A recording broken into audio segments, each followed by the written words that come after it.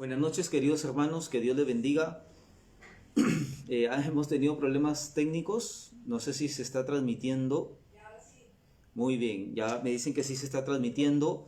Hemos tenido serios problemas para transmitir, pero aquí estamos y vamos a predicar la palabra del Señor. Una vez más, el tema que traemos hoy es promesas especiales de Dios para su pueblo. Promesas especiales de Dios para su pueblo. Vamos a ir al libro de Zacarías 1:2, dice así: el Señor está ardiendo en ira contra los antepasados de ustedes, por lo tanto adviértele al pueblo que así dice el Señor Todopoderoso: vuélvanse a mí y yo me volveré a ustedes, afirma el Señor Todopoderoso. ¿Por qué Zacarías empieza su mensaje diciéndole al pueblo de Israel, dice el Señor, vuélvanse a mí y yo me volveré a ustedes? Porque Israel había pasado a ser una ciudad muy próspera, muy victoriosa, en paz, en gozo, etc. Pero a la par había estado practicando el pecado. Dios les había dicho que si no se arrepentían, si no cambiaban, un reino poderoso, en este caso Babilonia, los iba a llevar exiliados, los iban a saquear, iban a quemar su ciudad, iban a destrozar todo, el templo, los muros, todo. Y efectivamente así sucedió porque el pueblo no se arrepintió. Entonces llevaron como esclavos a todo el pueblo de Israel a otro reino, al reino de Babilonia, luego al reino de Medo-Persa. Pero Dios dice que solo los iba a castigar por 70 años y que pasados esos 70 años iban a regresar a reconstruir la ciudad, el muro y el templo. Entonces, Zacarías se contextualiza en ese momento donde los lugareños, los gente del pueblo de Israel, los judíos, regresaron a Jerusalén para construir el muro, la ciudad y el templo, pero se encontraron con la sorpresa de que no se podía sembrar, todo estaba quemado, destruido, no se podía hacer nada. Lograron poner por ahí algo, alguna piedrita, ¿no? Pero sus enemigos que le rodeaban, tal como odian hoy a Israel, lo odiaban en ese tiempo y los amenazaron que si construían el templo o el muro los mataban. Entonces se desanimaron. Y aquí entra a tallar Zacarías. Y Zacarías, la palabra Zacarías significa Jehová recuerda o el Señor recuerda. ¿Por qué? Porque Dios iba a usar a Zacarías para hacerle recordar su pasado y las consecuencias de su conducta que habían tenido en el pasado. Pero no solamente Dios llama a Zacarías para que le recuerde al pueblo cómo se había comportado durante generaciones tras generaciones, sino que había levantado a Zacarías para hacerle recordar sus promesas de Dios también. Dios había lanzado muchas promesas a Israel. Una de ellas es que después de 70 años de cautiverio iban a regresar otra vez a ser pueblo de Israel, a levantar a Jerusalén y todo eso. Zacarías 1:6 dice: ¿no se cumplieron en sus antepasados las palabras, los decretos que a mis siervos los profetas ordené comunicarles? Entonces ellos se volvieron al Señor y dijeron: el Señor Todopoderoso nos ha tratado tal y como había resuelto hacerlo, conforme a lo que merecen nuestra conducta y nuestras acciones. Entonces Zacarías les está recordando por qué estaban en esa situación. Pero también Zacarías les iba a recordar otras promesas de Dios de restauración, de sanidad, de liberación, etc. Entonces hoy vamos a ver 4 promesas poderosas y especiales que Dios le propuso llevar a cabo a su pueblo para levantarlo, restaurarlo y cuidarlo. Esas promesas son aplicables para todo aquel que crea. 4 promesas. La primera promesa es: Dios promete que nadie te va a tocar. Como pueblo de Dios, Dios promete que nadie te va a tocar. Zacarías 2:8 dice: porque así dice el Señor Todopoderoso, cuya gloria me envió contra las naciones que lo saquearon a ustedes. La nación que toca a mi pueblo, me toca la niña de los ojos. Yo agitaré mi mano contra esa nación. La nación, dice Dios, que toca a mi pueblo, me toca la niña de los ojos. Dice el Señor que el que toca a su pueblo es como si tocara a la niña de su ojo. La niña del ojo no es una niña, una persona, sino el centro del ojo. Es la parte más sensible del ojo, es la parte central. En otras palabras, es la pupila. La pupila del ojo, la parte central, ese orificio donde entra la luz, esa es la niña del ojo. La expresión la niña de mis ojos indica que el objeto, que es la niña de los ojos, es el centro de la mirada de aquella persona. si es el centro de la mirada, por tanto es el cuidado que va a tener esa persona, aquella que le dice que es la niña de sus ojos. La niña de los ojos tiene que ver con un especial cariño, tiene que ver con decirle a esa persona que tiene predilección que todas las demás. Esa es la expresión, la niña de mis ojos. Cuando a ti te tocan, la niña de tus ojos, o sea, tu pupila te duele. Lo que Dios está diciendo, que Israel había sido tocado. Babilonia los había invadido, los había saqueado, había destruido el templo, los había esclavizado y los había sacado de su país. Dios está diciendo que ese golpe a ese pueblo era como si hubieran golpeado la niña de los ojos del mismo Dios. Dios dice que cuando somos castigados aún por Él, a Él también le duele. Eso le decía Dios a Jeremías, que se duele del castigo. Pero también la expresión, la niña de mis ojos, en la Biblia sobre todo, indica el cuidado y la protección. Una vez más, cuando Dios le dice a Israel, tú eres la niña de mis ojos, le está diciendo que Dios va a protegerlas a Israel y va a cuidar ese pueblo. Ahora, la niña del ojo se guarda, se cuida y se protege. Por eso el salmista en el Salmo 17:8 dice, guárdame, le dice a Dios, como la niña de tus ojos, escóndeme bajo la sombra. Dice, guárdame como a la niña de tus ojos y escóndeme. Porque bíblicamente, la niña de los ojos de alguien debe ser cuidado, guardado y protegido.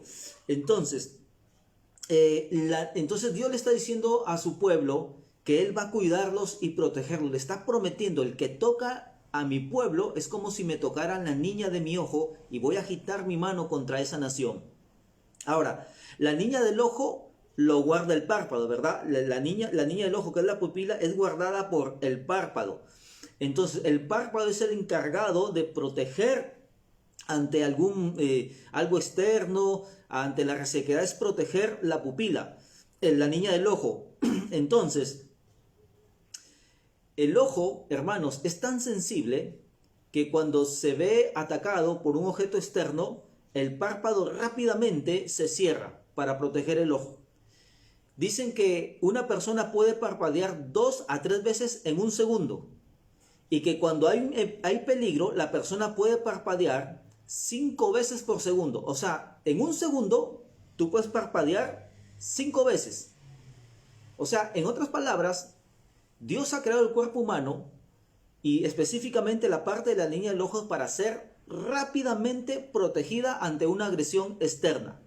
Y esto habla de la gran velocidad con que se defiende el ojo, y no solamente con el párpado, sino con el resto de tu cuerpo. Cuando a ti te cae algo, una piedra, una pajita, algo que le va a dañar al ojo, no solamente tus párpados se cierran, sino todo tu cuerpo gira, la mano la llevas a tu cara. Así que cuando Dios le está diciendo, el que toca a la niña mi ojo, mi mano va a agitar contra aquella nación, está diciendo algo totalmente real Dios, que sucede en la vida real. Cuando tu ojo es amenazado, todo tu cuerpo lo protege.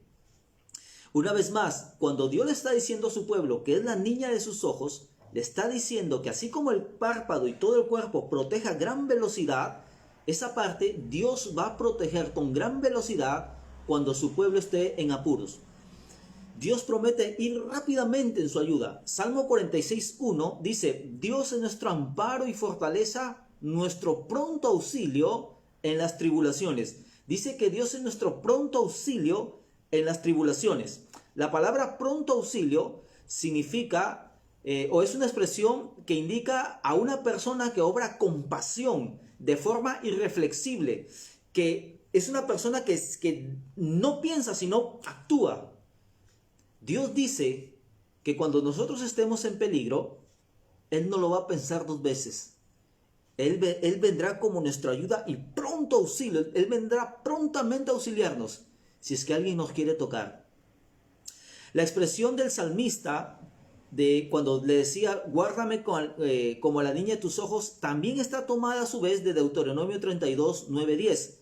Dice Dios de su pueblo, Él lo encontró en una tierra desértica, en una tierra azotada por el viento. Él lo rodeó y lo cuidó. lo protegió como la niña de sus ojos. Habla del pueblo de Israel. En Deuteronomio 32 dice Dios que a este pueblo lo encontró en el desierto, azotado por el viento, pero Dios dice que se acercó y lo protegió como si Dios mismo protegiera a la niña de tus ojos, la niña de sus ojos. Esta expresión, la niña de los ojos, lo hemos visto en Deuteronomio, lo hemos visto en Salmos y lo hemos visto en Zacarías. Prácticamente en todo el Antiguo Testamento, esa expresión está dada para su pueblo. Ahora, ¿esta expresión es válida para nosotros? Por supuesto que sí. Dios dice en Deuteronomio, lo encontró como en una tierra desértica, azotada por el viento, lo rodeó y lo cuidó, lo protegió como a la niña de sus ojos. Te pregunto, ¿acaso Dios no nos encontró como aquel pueblo de Israel en el desierto, quizás secos, solos, vacíos, azotados por el viento y los problemas? Y Dios en un momento en nuestras vidas vino y nos rodeó y nos empezó a cuidar como a la niña de sus ojos. ¿Qué dice Dios? Te encontré y ahora me perteneces, te rodearé y te cuidaré y te protegeré como la niña de mis ojos. Entonces dice Dios, el que toca a mi pueblo es como si me tocara la niña de mi ojo. Mi mano agitaré contra esa nación. ¿Eres tú la niña de los ojos de Dios? Dios promete cuidarte y protegerte. Amén. Somos la niña de los ojos de Dios. Somos el centro de su mirada. Cualquier cosa que nos pase, cree que Dios va a ir en tu ayuda y tu pronto auxilio. La segunda promesa que Dios da para su pueblo es que Dios promete liberarnos de todo hábito pecaminoso. De todo hábito pecaminoso. Ustedes saben que lo que más impide obrar a Dios en la vida de una persona es una vida de pecado. El pecado es el obstáculo más grande entre nosotros y Dios, entre Dios y nosotros. Y aquí Dios va a tomar un personaje del libro de Zacarías y va a decir esto Dios en Zacarías 3, del 1 al 3 y verso 9 dice: Entonces me mostró a Josué, el sumo sacerdote, que estaba de pie ante el ángel del Señor, y a Satanás, que estaba a su mano derecha como parte acusadora. El ángel del Señor le dijo a Satanás: que te reprenda el Señor, que ha escogido a Jerusalén. Que el Señor te reprenda, Satanás. ¿Acaso no es este hombre un tizón rescatado del fuego? Josué estaba vestido con ropas sucias en presencia del ángel. Así que el ángel les dijo a los que estaban allí, dispuestos a servirle: quítenle las ropas sucias. Y a Josué le dijo: como puedes ver, yo te he liberado de tu culpa y ahora voy a vestirte con ropas espléndidas. Entonces dije yo: póngale también un turbante limpio en la cabeza. Y le pusieron en la cabeza un turbante limpio y lo vistieron mientras el ángel del Señor permanecía de pie. Luego el ángel del Señor le hizo esta advertencia a Josué: así dice el Señor Todopoderoso, si andas en mis caminos y cumples como sacerdote, entonces gobernarás mi templo y te harás cargo de mis atrios. Yo te concederé un lugar entre estos que están aquí. Y por último el versículo 9 del capítulo 3 dice: mira, Josué, la piedra que ante ti he puesto, hay en ella 7 ojos, y en ella pondré una inscripción: en un solo día borraré el pecado de esta tierra, afirma el Señor Todopoderoso.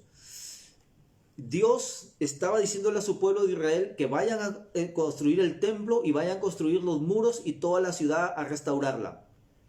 Pero el templo no tenía sacerdote, porque el sacerdote Josué, que le tocaba oficiar, estaba lleno de pecado. Entonces Dios le dice, en un acto de gracia se acerca a Josué y dice que le quita el ropaje vil y le da un ropaje limpio. Y en el contexto es muy fácil de deducir: lo estaba limpiando de todo pecado, estaba poniendo borrón en cuenta nueva con Josué, lo estaba limpiando, restaurando, regenerando para que pueda servirle a Dios. Dice, lo último que decía, ¿no? Dice: en un solo día borraré el pecado de esta tierra. ¿Qué es lo que queremos decir aquí? El pecado, los hábitos pecaminosos de nosotros es el obstáculo más grande entre Dios y nosotros. A causa del pecado, las promesas y las bendiciones se obstaculizan o se pierden. Pero aquí el sacerdote Josué estaba mal en su vida espiritual y no podía servir a Dios de esa manera. Dice la Biblia, aquí habíamos leído que el diablo lo acusaba delante de Dios. Yo me imagino al diablo diciéndole a Dios, ¿por qué vas a escoger a Josué si él todavía practica el pecado? Él tiene hábitos pecaminosos, él no sirve para tu templo. Yo me imagino el diablo acusándolo a Josué en su mente. Ya no luches, Josué, es imposible que sea restaurado el templo, y si es restaurado tú no sirves para eso. ¿Dónde está tu Dios, Josué? ¿Dónde saldrás de esta, Josué? Acuérdense que Israel estaba en ruinas, que ellos no tenían ejército, que ellos no tenían recursos, no tenían dinero, no tenían nada. ¿Cómo iban a levantar el templo? Y Josué estaba en su vida espiritual muy mal. Pero aquí viene la liberación del Señor. Dice, en un día borraré tus pecados. En un día. Escúchame bien, uno puede estar luchando año tras año por algún hábito pecaminoso. Y el Señor es capaz de quitarlo en un momento. Lo que te llevó 5, 10 años, 20 años de lucha para salirte de la droga y no te ha salido, o de cualquier hábito pecaminoso, sea adulterio, sea mentira, sea hipocresía, sea odio, sea resentimiento. Si tú vienes al Señor, Él promete liberarte, Él promete perdonarte, Él promete quitarte la culpa, Él promete limpiarte, si tú también te comprometes, como Dios le dice a Josué, a servirle y a caminar en sus caminos. En un solo día, Dios trató con el pecado de Josué y lo liberó de su pecado, que seguramente él practicaba. Dios nos promete también protegernos de las acusaciones del diablo. Las acusaciones del diablo son tan poderosas que pueden tirar abajo a una persona, pueden echarle abajo sus proyectos. Basta que le diga a su mente, tú no sirves, las cosas no te van a salir, ¿dónde está tu Dios? ¿Qué será de tu vida? No hay solución para ti, tú eres un borracho, un drogadicto, no puedes hacer nada. Y uno se cree esas mentiras, esas ideas y vive por ellas. Pero aquí vemos una promesa muy especial para Dios, de Dios para su pueblo. En un día borraré tu pecado.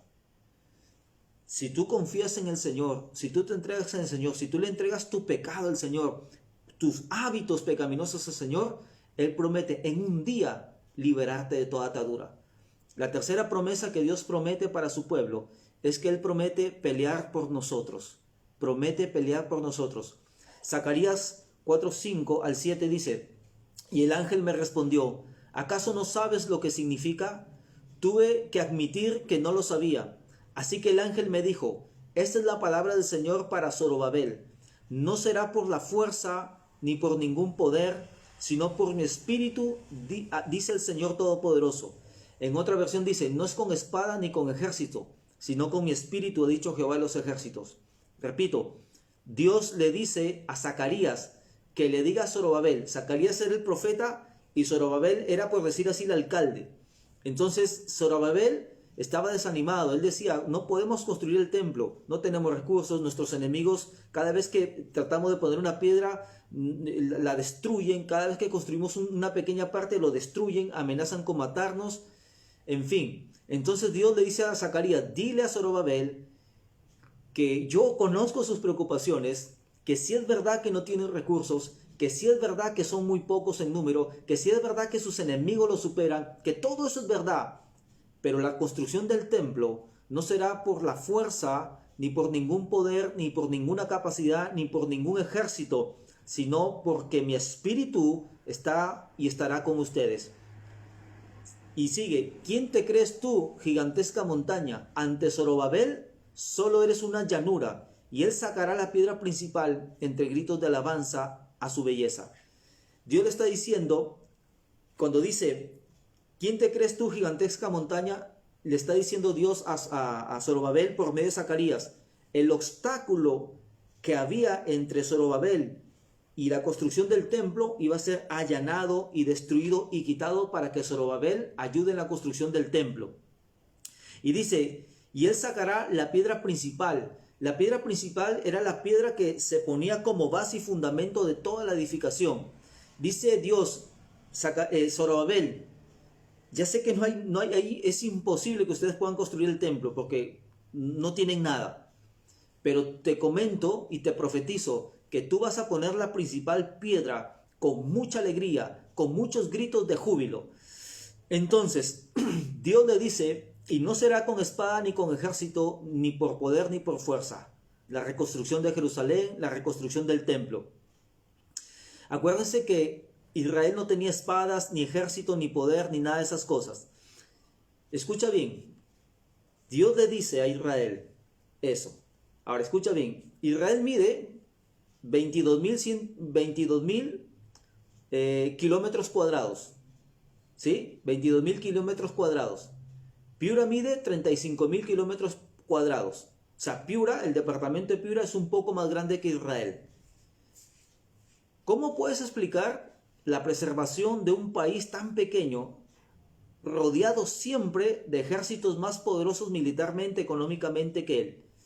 Israel, desde que se constituyó nación, desde Abraham hasta acá, Israel, país pequeñito, siempre está rodeado de ejércitos muy poderosos.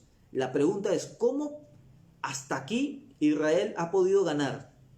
Porque esta promesa que Dios le dio no es con espada ni con ejército, sino con mi espíritu, ha dicho Jehová de los ejércitos, sigue en pie hasta ahora. En la guerra de los 6 días, cuando Israel, casi por los años 70, lo rodearon las naciones árabes con muchísimo más tanques, más aviones que Israel, Israel destrozó a todos sus enemigos. La historia dice que, la estadística en aviación dice que un piloto israelí derribaba a 10 pilotos o aviones árabes o musulmanes. ¿Cómo pudo Israel ganarle siempre a sus vecinos si eran menor en número? Y la respuesta es la promesa de Dios, que hasta ahora sigue en pie para con ese pueblo.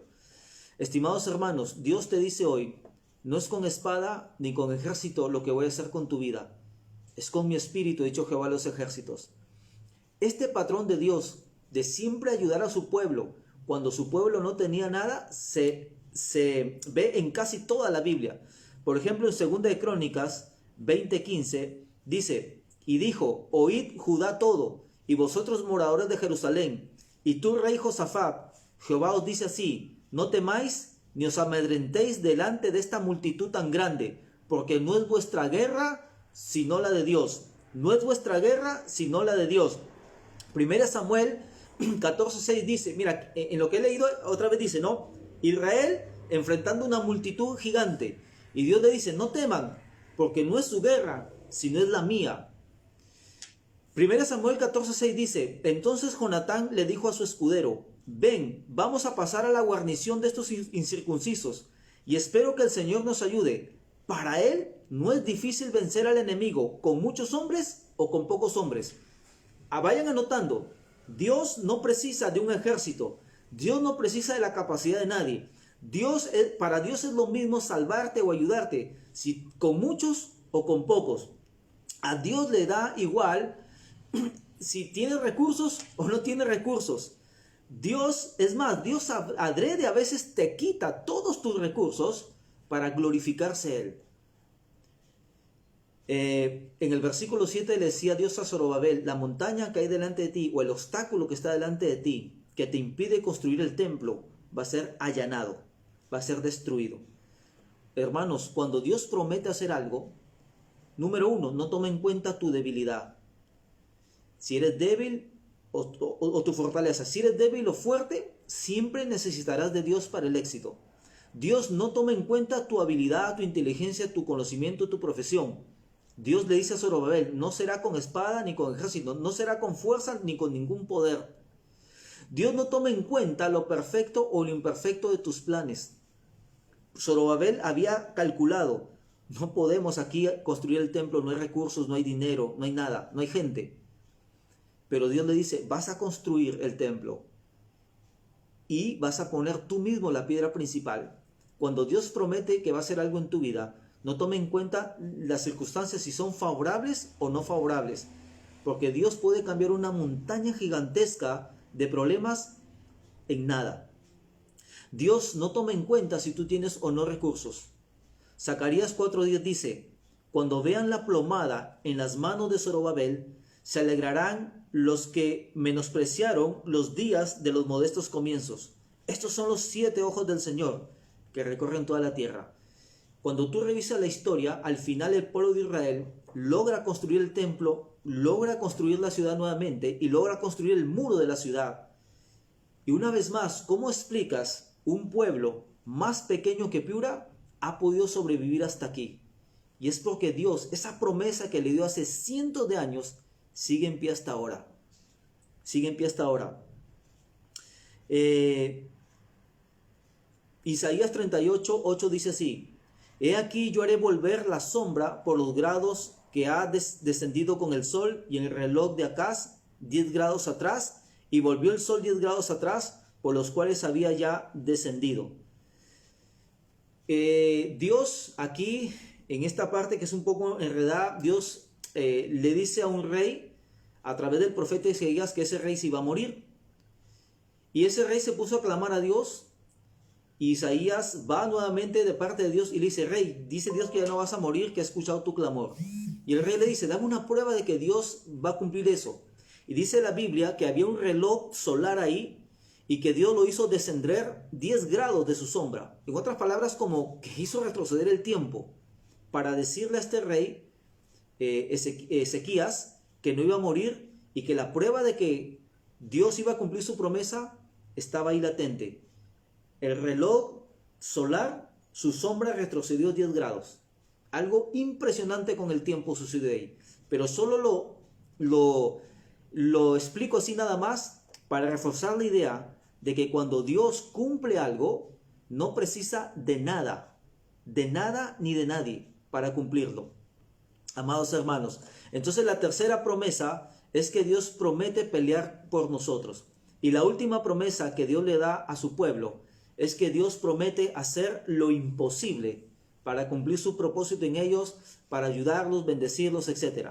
Zacarías 8:4 dice: Así dice el Señor Todopoderoso: los ancianos y las ancianas volverán a sentarse en las calles de Jerusalén, cada uno con su bastón en la mano debido a su avanzada edad. Los niños y las niñas volverán a jugar en las calles de la ciudad. Así dice el Señor Todopoderoso: al remanente de este pueblo podrá parecerle imposible en aquellos días, pero también a mí me parecerá imposible, afirma el Señor Dios Todopoderoso. Jerusalén estaba asolada, en ruinas, y nadie vivía allí por la inseguridad. Acuérdense que en ese tiempo la seguridad de una ciudad estaba dada por sus muros. Si una ciudad estaba amurallada, se defendía esa ciudad de saqueadores, de ladrones y todo eso. Entonces los que habían venido del reino de Medo-Persa a reconstruir Jerusalén estaban totalmente desprotegidos. Ellos podían iniciar la construcción del templo con materiales, con todo, pero como no había muro, estaban desprotegidos y los podían robar, matar, asesinar y saquear. Entonces Dios les está diciendo, Dios menciona aquí dos clases de personas: los ancianos y los niños, que son las personas más vulnerables que hay. Y les dice, va a haber un momento en que los ancianos y los niños van a pasar, van a jugar, van a pasear y van a estar aquí tranquilos en la plaza de Jerusalén. Y les dice, podrá parecerle imposible para aquellos días. Y Dios le dice, pero para mí también será imposible el hecho de que ustedes no crean esto, porque ellos decían, Señor, pero ¿cómo? O sea, ¿cómo vas a hacer esto de que otra vez los ancianos puedan y los niños puedan jugar y pasear libremente en las plazas de Jerusalén? Si no tenemos plata, recursos, si nuestros enemigos nos odian y nos amenazan con matarnos, ¿cómo lo vas a hacer, Dios? Y Dios le dice, el hecho que para ustedes sea imposible no significa que para mí sea imposible, afirma el Señor Dios Todopoderoso. Entonces, Dios le está diciendo a Jerusalén, a Israel, les voy a volver a dar seguridad. Todo volverá a estar tan seguro y tan tranquilo que estas dos clases de personas tan vulnerables como los niños y ancianos podrán vivir en paz. La pregunta es, ellos lo tomaban todo como perdido. La pregunta para ti es, si hay cosas en tu vida que las tomas como perdidas, ¿te parece imposible se establezca o se te devuelva la paz y el gozo en tu vida? Si tú tienes situaciones donde tú digas igual que el pueblo de Israel, es imposible que Dios haga esto, o es imposible que me suceda esto, o es imposible que yo llegue a hacer esto, o es imposible que vuelva la calma. Ahora se llama a este tiempo la nueva normalidad, ¿no? La nueva normalidad no es otra cosa que la gente que vive en temor, vive en angustia, vive preocupada por el virus, la pandemia, le dan una información, le dan otra información, hablaron de la vacuna, ahora la Organización Mundial de la Salud dice que la vacuna no es tan segura y la gente vive con miedo y con temor y la gente se pregunta, ¿volveremos a la normalidad? No a la nueva normalidad, sino a la normalidad de antes. ¿Y qué preciso es esta palabra en este tiempo? Dios dice que si para nosotros es imposible, para Dios no es imposible. Voy a terminar este punto porque estamos hablando, citando otra cita bíblica que refuerza esta idea de que para Dios no hay nada imposible. Según de Reyes 3:15 dice, mas ahora tráeme un tañedor. Estaba el profeta Eliseo con unos reyes que estaban en el desierto donde no tenían agua y estaban a punto de morirse. Llaman al profeta Eliseo y le dice, ora a Dios y haz que Dios nos dé agua porque nos vamos a morir todos aquí y todos nuestros animales. Hemos desobedecido a Dios, no hemos hecho caso a Dios, pero aquí estamos. Entonces Eliseo le dice a estos reyes, tráeme un tañedor, o sea, un músico. Y mientras el tañedor tocaba música, la mano de Jehová vino sobre Eliseo, quien dijo, así ha dicho Jehová, haced en este valle muchos estanques, porque Jehová ha dicho así, no veréis viento, ni veréis lluvia, pero este valle será lleno de agua, y beberéis vosotros y vuestras bestias y vuestros ganados. Y esto es cosa ligera en los ojos de Jehová. ¿Por qué Dios les dice esto? Porque cuando Eliseo le dice de parte de Dios que Dios iba a darles agua, todos los reyes y el ejército que estaba ahí miraron y dijeron, pero ¿cómo vamos a hacer estanques, o sea, pozos? ¿Y cómo Dios va a darnos agua si no hay vientos, si no hay nubes y por lo tanto no va a llover? ¿Cómo Dios va a traernos agua? Y Dios les dice, yo no preciso ni de viento, ni de nubes, ni de lluvia para traerles agua. Y cuando tú sigues la historia, la Biblia dice que Dios efectivamente al día siguiente en la mañana envió un río de agua. No dice exactamente dónde salió, pero dice la Biblia que envió un río de agua. Para Dios no hay nada imposible. Y bueno, y los reyes y el ejército bebieron y se saciaron y no murieron. Para Dios no hay nada imposible. ¿Qué es lo que te parece imposible en estos momentos para tu vida? ¿Qué es aquello en el cual Dios te diga o te haya dicho, haré esto por ti? Que te caigas de espalda y de incredulidad y tú digas, Señor, ¿esto me prometiste hace tiempo o esto me has prometido ahora? ¿Lo cumplirás? Porque mi situación es imposible que suceda. Señor, quizás mi trabajo lo perdí a causa de la pandemia. ¿Volveré a tener trabajo? Señor, ¿qué pasa si viene la segunda ola y nos encierran de nuevo?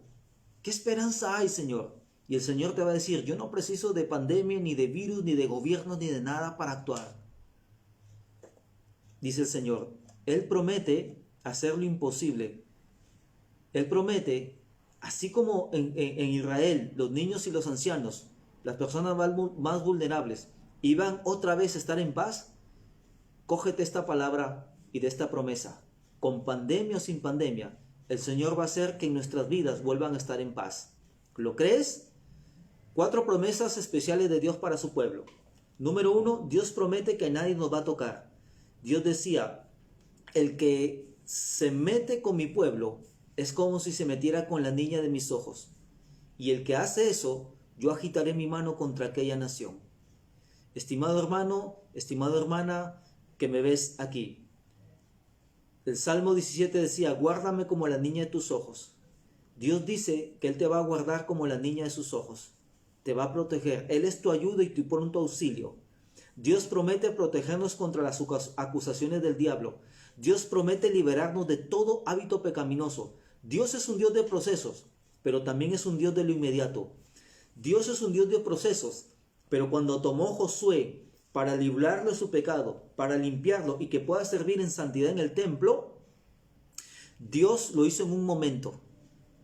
Dios promete liberarnos del pecado. Dios promete pelear por nosotros, amados hermanos. No es con espada ni con ejército, es con mi espíritu, hecho Jehová los ejércitos. Y Dios promete hacer lo imposible para nosotros. Él no precisa de nuestra capacidad, intelectualidad o no. Él lo va a hacer. Hay promesas condicionales y promesas incondicionales. Las dos promesas requieren creerle a Dios. Creerle a Dios. Vamos a orar. Señor, gracias por estar aquí con nosotros. Gracias por estas promesas que tú has dado a tu pueblo. Señor, aquí estamos, quizás nos hemos sentido tocados, nos hemos sentido lastimados. Quizás, Señor, hemos sido burlados, estafados, en fin. Pero tu palabra dice, Señor, que somos la niña de tus ojos.